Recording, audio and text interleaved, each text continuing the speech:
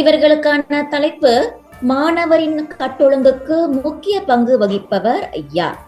ஆசிரியரா பெற்றோரா? இதில் ஆசிரியரே எனும் நிலைப்பாட்டில் கவிநேசனும் பெற்றோரே எனும் நிலைப்பாட்டில் புனித மலரும் பேசவிருக்கின்றார்கள். அவர்களை பார்ப்போம் வாருங்கள். பிள்ளைகள் பெற்றோர்களுடன் அதிக நேரத்தை கழிக்கிறார்கள். பள்ளி வளாகத்தில் ஆசிரியர்களுடன் 7 மணி முதல் 8 மணி நேரத்தை செலவிடுகிறார்கள். அந்த குறுகிய காலத்தில் பாடத்தை கற்பித்து தேர்வுக்கு தயார்படுத்துகிறார்கள். ஒவ்வொரு இடத்திலும் கட்டொழுங்கு சேர்த்து ஊட்டப்படுகிறது. ஆசிரியர் மாணவரை திருத்துவதாக கூறி இப்ப மாணவரை அடித்து விட்டார் என்று நீதிமன்றத்தின் வாசப்படியை ஏறி இறங்கிதான் கொண்டிருக்கிறார். அவர்கள் நோக்கம் என்னமோ மாணவனை திருத்துவதுதான். ஆனால் சட்டத்தின் கீழ் அவர்கள் குற்றவாளியாகவே கருதப்படுகின்றனர். ஆக ஒரு மாணவனை திருத்துவதும் கண்டிப்பதற்கும் முழு அதிகாரத்தை பெற்றிருப்பது பெற்றோர்கள் தான் தோழரே.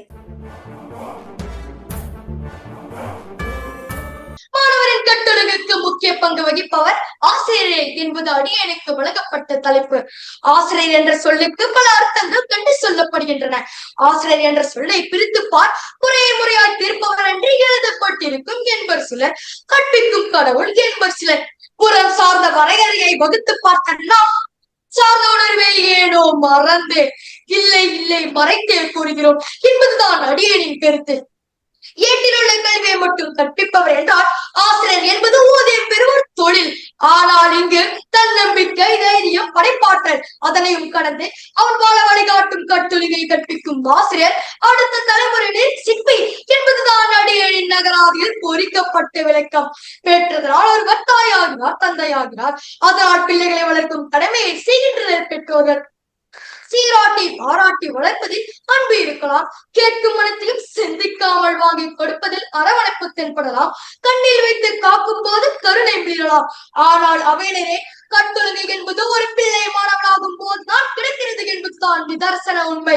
அதற்கான ஒரு ஆசிரியர் இன்றி வேறொருவர் நிச்சயமாக இருக்க முடியாது. அன்பு சார் அவையினரே, ஆசிரியரின் கைகள் கட்டப்பட்டதால் தான் இன்று சிறைச்சாலையில் கைதிகளின் எண்ணிக்கை கூடிவிட்டது என்று ஆர்ப்பரிக்கும் உள்ளங்களுக்கு புரிந்துதானே கூறுகிறோம். கட்டொழுங்கை ஆசிரியர்கள் தான் கொடுக்க முடியும். அதனால் தானே ஆசிரியர்கள் மீண்டும் பிறம்பெடுக்கும் படலமும் வந்துவிட்டது.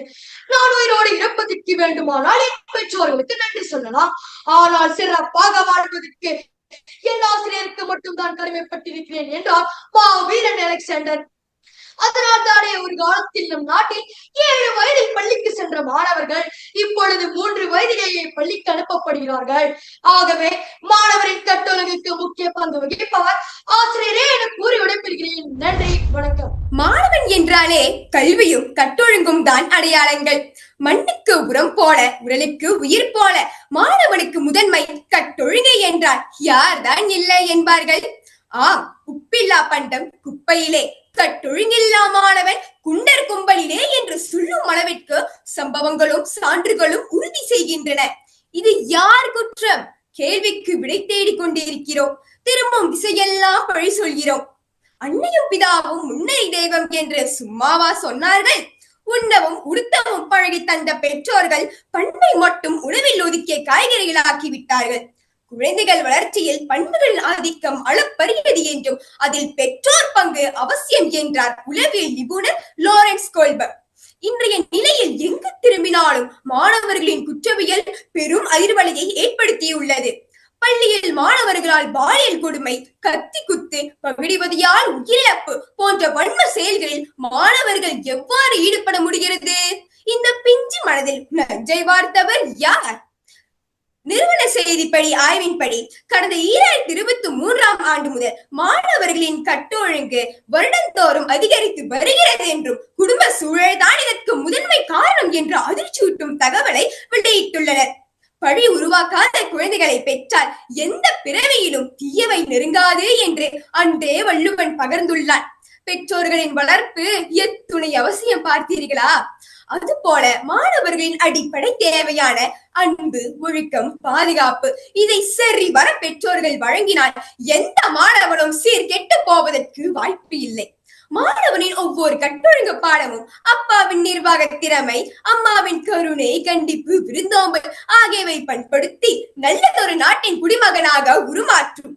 எந்த குழந்தையும் நல்ல குழந்தைதான் மண்ணில் பிறக்கையிலே அவன் நல்லவனாவதும் தீயவனாவதும் அன்னையின் வளர்ப்பினிலே என்ற பாடல் வரியை உதாரணம் காட்டி மாணவர்களின் கட்டொழுங்கிற்கு முக்கிய பங்கு வகிப்பவர் பெற்றோரே என்று உறுதியிட்டு மொழிகிறேன். நன்றி, வணக்கம்.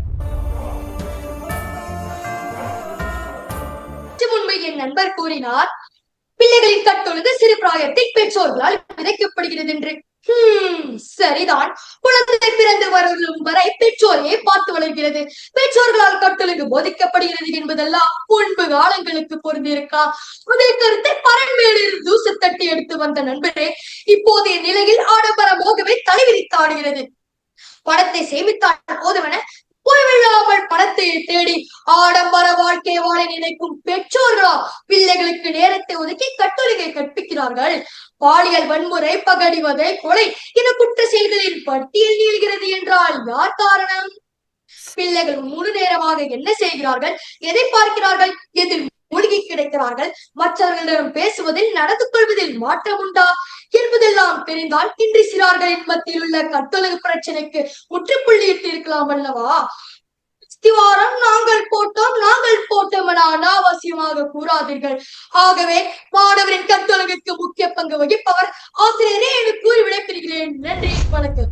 சற்று முன் என் எதிர்த்தரப்பினர் கூறியிருந்தார், இதற்கு முன்பெல்லாம் மாணவர்கள் பள்ளிக்கூடத்திற்கு 7 வயதுக்கு தான் செல்கிறார்கள்.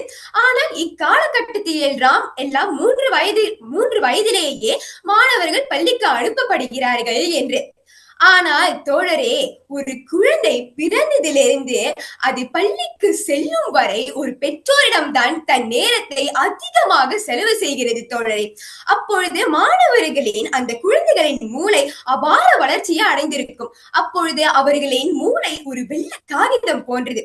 அந்த வெள்ளை காகிதத்தில் வண்ண தூவல்களை தெளிப்பது யார்? பெற்றோர்கள் தான் தோழரே. அது மட்டும் இல்லாமல் அந்த காலகட்டத்தில் பெற்றோர்கள் கற்றுத்தரும் ஒழுக்கம் தான் மாணவர்களின் மனதில் நிச்சயமாக நிலைத்திருக்கும். அது மட்டும் இல்லாமல் நீங்கள் கூறினீர்கள், இந்த பாலியல் கொடுமை, கத்தி குத்து, பகடிவதை இவை அனைத்தும் நடக்கிறது. இதை பெற்றோர்கள் கவனித்திருந்தால் இந்த பிரச்சனை அனைத்துக்கும் ஒரு தீர்வை கண்டுபிடித்திருக்கலாம் என்று. ஆம், அதுதான் உண்மை. பெற்றோர்கள் வீட்டில் மாணவர்களை சரிவர கவனித்து அவர்கள் என்ன செய்கிறார்கள், செய்யவில்லை என்பதை கவனிக்க வேண்டிய முழு பொறுப்பும் பெற்றோர்களிடம்தான் தோழரே இருக்கிறது. ஆக ஒரு மாணவனின் கட்டொழுங்கிற்கு முக்கிய பங்கு வகிப்பவர் பெற்றோரே என்று கூறி விடைபெறுகிறேன். நன்றி, வணக்கம். சற்று முன்பு என் நண்பர் கூறினார், பிள்ளைகள் பெற்றோர்களுடன் அதிக நேரத்தை செலவிடுகிறார்கள் என்று. தன் வாயாளை கெட்டது என்று கூறுவது சரியாகத்தான் இருக்கிறது. பிள்ளைகள் பெற்றோர்களுடன் அதிக நேரத்தை கழிக்கிறார்கள். பள்ளி வளாகத்தில் ஆசிரியர்களுடன் 7 மணி முதல் 8 மணி நேரத்தை செலவிடுகிறார்கள். அந்த குறுகிய காலத்தில் பாடத்தை கற்பித்து தேர்வுக்கு தயார்படுத்துகிறார்கள். ஒவ்வொரு இடத்திலும் கட்டொழுங்கு சேர்த்து ஊட்டப்படுகிறது. அதையும் கடந்து மாணவரின் திறமையை வெளிக்கொணரும் வகையில் பல போட்டிகளில் ஈடுபடுத்தி வெற்றி பெறவும் செய்கிறார்கள். இதற்கு சான்றாக இடைவிடாமல் செய்தித்தாள்களை அலங்கரித்த சாதனை செய்தித்தாள்கள் தான். உள்நாடு மட்டுமின்றி வெளிநாட்டிலும் சாதனை சுவடுகளை பதித்தனர். ஆகவே மாணவரின் கட்டொழுங்குக்கு முக்கிய பங்கு வகிப்பவர் ஆசிரியரே என கூறி விடைபெறுகிறேன். நன்றி, வணக்கம். சற்று முன் என் எதிர்த்தரப்பினர் கூறிய கூற்று எனக்கு மிகவும் நகைச்சுவையாகத்தான் இருந்தது. காரணம், பள்ளிக்கூடம் என்றாலே மாணவர்களுக்கு கல்வி கற்பதற்காகத்தான் இருக்கிறது தோழரே. அது மட்டும் இல்லாமல் நீங்கள் கூறினீர்கள், ஆசிரியரின் கைகள் கட்டப்பட்டு விட்டது, அதனால்தான் மாணவர்களின் கட்டொழுங்கை சரியாக கவனிக்க முடியவில்லை என்று. ஆம், அது உண்மை. ஆசிரியரின் கைகள் கட்டப்பட்டு விட்டது. அதற்கு உதாரணமாக பூலாப்பினாக நடந்து கொண்டிருக்கும் ஒரு வழக்கையே நாம் எடுத்துக்கொள்ளலாமே. ஆசிரியர் மாணவரை திருத்துவதாக கூறி மாணவரை அடித்து விட்டார் என்று நீதிமன்றத்தின் வாசப்படியை ஏறி இறங்கிதான் கொண்டிருக்கிறார். அவர்கள் நோக்கம் என்னமோ மாணவனை திருத்துவதுதான். ஆனால் சட்டத்தின் கீழ் அவர்கள் குற்றவாளியாகவே கருதப்படுகின்றனர். ஆக ஒரு மாணவனை திருத்துவதும் கண்டிப்பதற்கும் முழு அதிகாரத்தை பெற்றிருப்பது பெற்றோர்கள் தான் தோழரே. அது மட்டும் இல்லாமல் ஒரு கட்டிடம் எவ்வளவுதான் அழகாக இருந்தாலும் அந்த கட்டிடத்தின் அடித்தளம் மிகவும் சரியாக இருக்க வேண்டும். அப்பொழுதுதான் அந்த கட்டிடம் நிலைத்திருக்கும். அது போலதான் மாணவர்களாகிய நாமும் நமக்கு எவ்வளவுதான் கல்வி அறிவை ஆசிரியர்கள் ஊட்டினாலும், எவ்வளவுதான் நாம் பார்ப்பதற்கு அழகாக இருந்தாலும், நம்மிடம் இருக்கும் அடித்தளமான ஒழுக்கத்தை நமக்கு கற்றுக் கொடுப்பதை பெற்றோர்கள் தான். ஆக ஒரு மாணவனின் கட்டொழுங்கிற்கு முக்கிய பங்கு வகிப்பவர் மீண்டும் பெற்றோரே என்று கூறி விடைபெறுகிறேன். நன்றி, வணக்கம். கட்டொழுங்குக்கு முக்கிய பங்கு வகிப்பவர் ஆசிரியரா பெற்றோரா? மிக எளிமையா சொல்றீங்க ஆசிரியர் அப்படின்னு. நான் நேர பங்கீட்டை பார்க்கின்றேன். இந்த மாணவர்கள் பள்ளியில் எவ்வளவு நேரம் இருக்கின்றார்கள், பெற்றோரிடத்தில் எவ்வளவு நேரம் இருக்கின்றார்கள்? மிக எளிமையா சொல்லிடலாம். விடுமுறை காலகட்டத்தில், வார இறுதி நாட்களில், இப்படி ஒரு காலம் நேரம் அப்படின்னு பார்த்தோம் அப்படின்னா அதிகமான நேரம் பெற்றோர்கள் இடத்துல தான் இருக்காங்க. அப்ப பெற்றோர்கள் தானே முக்கிய பங்கு வகிப்பாங்க. எப்படி ஆசிரியர்கள் சொல்ல முடியும்? ஐயாவின் கருத்தாளமிக்க கேள்விக்கு அடிகளின் நன்றிகள். ஐயா, சற்று முன்பு நீங்கள் கூறினீர்கள் பிள்ளைகள் பெற்றோர்களுடன் அதிக நேரத்தை செலவிடுகிறார்கள் என்று. ஆஹா, தவளை தன் வாயோடைய கெட்டது என்று கூறுவது சரியாகத்தான் இருக்கிறது. பிள்ளைகள் அதிக நேரத்தை பெற்றோர்களுடன் செல்கிறார்கள். பள்ளி வளாகத்தில் ஆசிரியர்களுடன் 7 மணி முதல் 8 மணி நேரத்தை செலவிடுகிறார்கள். அந்த குறுகிய காலத்தில் பாடத்தை கற்பித்து தேர்வுக்கு தயார்படுத்துகிறார்கள். இதையும் கடந்து மாணவரின் திறமையை வெளிக்கொணரும் வகையில் பல போட்டிகளில் ஈடுபட்டு வெற்றி பெறவும் செய்கிறார்கள். இதற்கு சான்றாக இடைவிடாமல் செய்தித்தாள்களை அலங்கரித்த சாதனை செய்தித்தாள்கள் தான் ஐயா. ஐயா, உங்களிடமே நான் ஒன்று கேட்கலாமா ஐயா? ஐயா, நீங்கள் இப்பொழுது அறிவின் சுடராக மிளிர உங்கள் ஆசிரியர்கள் தானே ஐயா உங்களுக்கு கட்டொழுங்கு கற்பித்திருக்கிறார்கள். மாணவரின் கட்டொழுங்குக்கு முக்கிய பங்கு வகிப்பவர் பெற்றோர்கள் என்றால், அப்படிப்பட்ட பெற்றோருக்கு எங்கள் ஆசிரியர்கள் தானே ஐயா கட்டொழுங்கை கற்பிப்பார்கள். ஆகவே மாணவரின் கட்டொழுங்குக்கு முக்கிய பங்கு வகிப்பவர் ஆசிரியரே ஆசிரியரே என கூறி விடைபெறுகிறேன். நன்றி, வணக்கம். நன்றி கவினேசன். தொடர்ந்து புனிதமலர். வணக்கம் ஐயா. வணக்கம். உங்களுடைய கூற்று ஒரு வகையில் சரி. அதாவது குழந்தைகளாக இருக்கும் பொழுது அந்த அடிப்படை கட்டொழுங்கை பெற்றோர்கள் தான் சொல்லிக் கொடுக்கின்றார்கள். ஆனால் தலைப்பு என்பது மாணவரின் கட்டொழுங்கு. அவர்கள் பள்ளி கல்வியை தொடங்கிவிட்ட பிறகு யாருக்கு முக்கிய பங்கு? ஆக பள்ளி என்று வந்து விட்டாலே அங்க ஆசிரியர்களுக்கு தானே முக்கிய பங்கு. எப்படி பெற்றோர்கள் என்று சொல்ல முடியும்? வணக்கம் ஐயா, உங்களுடைய கேள்விக்கு மிக்க நன்றி. ஐயா, நீங்கள் சற்று முன் என்னிடம் கேட்டீர்கள் மாணவர்கள் என்றாலே பள்ளியை தான் குறிக்கிறது. அப்படி என்றால் மாணவர்களின் கட்டொழுங்கிற்கு முக்கிய பங்கு வகிப்பவர் ஆசிரியர் என்று. ஐயா, முதலில் ஒரு மாணவன் பள்ளிக்கூடத்தில் எவ்வளவு நேரம் செலவிடுகிறான்? வெறும் 6 மணி நேரம் மட்டும்தான் ஐயா செலவிடுகிறான். அந்த 6 மணி நேரமும் என்ன? ஆசிரியர்கள் மாணவர்களுக்கு நட்பண்புகள், மரியாதை, இந்த ஒழுக்கத்தை மட்டுமா கற்றுக் கொடுக்க முடியும்? இங்கு பள்ளிக்கூடத்தில் கணித பாடம், அறிவியல் பாடம், மொழி சம்பந்தப்பட்ட பாடங்களை கற்றுக் கொடுக்கவே ஆசிரியர்களுக்கு நேரம் போதவில்லை. இதில் எங்க ஐயா அவர்கள் ஒழுக்கத்தை கற்றுக் கொடுக்க முடியும்? அது மட்டும் இல்லாமல் மாணவர்கள் பள்ளிக்கூடத்தில் செய்யும் சேட்டைகளை திருத்துவதற்கு ஆசிரியர்களால் முடியும். அதனால்தான் மாணவர்கள் பள்ளிக்கூடத்தில் இருக்கிறார்கள். ஆனால் ஆசிரியர்களின் கைகள் இங்கு கட்டப்பட்டு விட்டது ஐயா.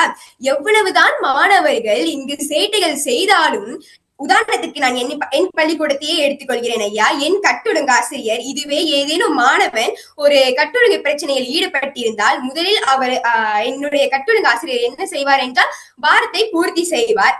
பிறகு பல ஆசிரியர்களுடன் உட்கார்ந்து கலந்துரையாடுவார்கள்.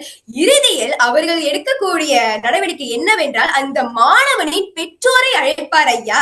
எதற்காக மாணவனின் பெற்றோரை அழைக்கிறார்கள்? காரணம் ஆசிரியர்களுக்கே நன்றாக தெரிந்திருக்கிறது. ஒரு மாணவனின் கட்டொழுங்கை சரியாக திருத்த வேண்டும், முழு அதிகாரம் பெற்றிருப்பது யார் என்றும் அவர்களுக்கு தெரிகிறது. அது மட்டும் இல்லாமல் என் ஆசிரியர் ஒரு வார்த்தையை கூறுவதை நான் அடிக்கடி என் காதில் கேட்டிருக்கிறேன். அது என்னவென்றால், உங்களோட மகன் இந்த தப்பு ரொம்ப செய்யறாரே, கொஞ்சம் வீட்டுல கண்டிச்சு வைங்க என்ற வார்த்தையை அவர் அடிக்கடி பயன்படுத்துவார் ஐயா. இதுல இருந்தே தெரியவில்லையா மாணவர்களின் கட்டொழுங்கிற்கு முக்கிய பங்கு வகிப்பவர் பெற்றோரே என்று கூறி விடைபெறுகிறேன். நன்றி, வணக்கம். நன்றி புனிதமலர். சிறப்பாக இருந்தது. நன்றி.